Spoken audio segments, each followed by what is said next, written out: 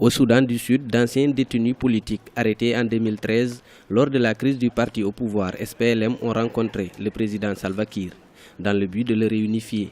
La rencontre a eu lieu dans la capitale Djouba en présence d'un groupe de facilitateurs africains conduit par le vice-président sud-africain Cyril Ramaphosa. Nous ne devrions pas jeter ces processus, d'autant plus important qu'ils cherchent à aller à la source réelle du problème où ils étaient en désaccord au sein du parti. Et ce que nous comptons faire, c'est d'unir le parti une fois de plus pour obtenir des leaders qu'ils entament des discussions les uns avec les autres pour faire fonctionner le parti comme il le devrait, en tant que parti qui dirige le gouvernement ici au Soudan du Sud.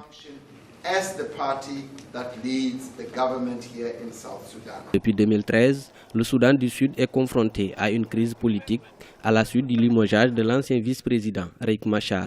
10 leaders politiques ont été arrêtés à l'époque. Ils vivaient en exil au Kenya. Ceux qui sont déjà rentrés depuis lundi à Djouba se disent préoccupés par la crise qui mine leur pays. Nous avons vraiment honte. Si vous voyez notre peuple, ce qui se passe aujourd'hui, la souffrance que nos populations endurent, en tant que leaders, nous ne pouvons pas vivre de cette façon. C'est un mauvais point pour nous en tant que dirigeants et nous prenons la responsabilité collective de tout ce qui arrive.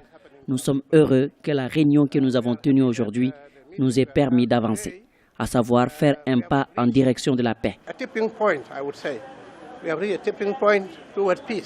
Les médiateurs tentent de relancer les pourparlers de paix soutenus par les pays africains entamés en Éthiopie il y a quelques mois. 2 millions de personnes ont fui leur maison depuis le début du conflit armé. Ils sont près de 34 420 civils à vivre dans des camps à travers le pays. Ils y organisent souvent des tournois sportifs pour promouvoir la paix.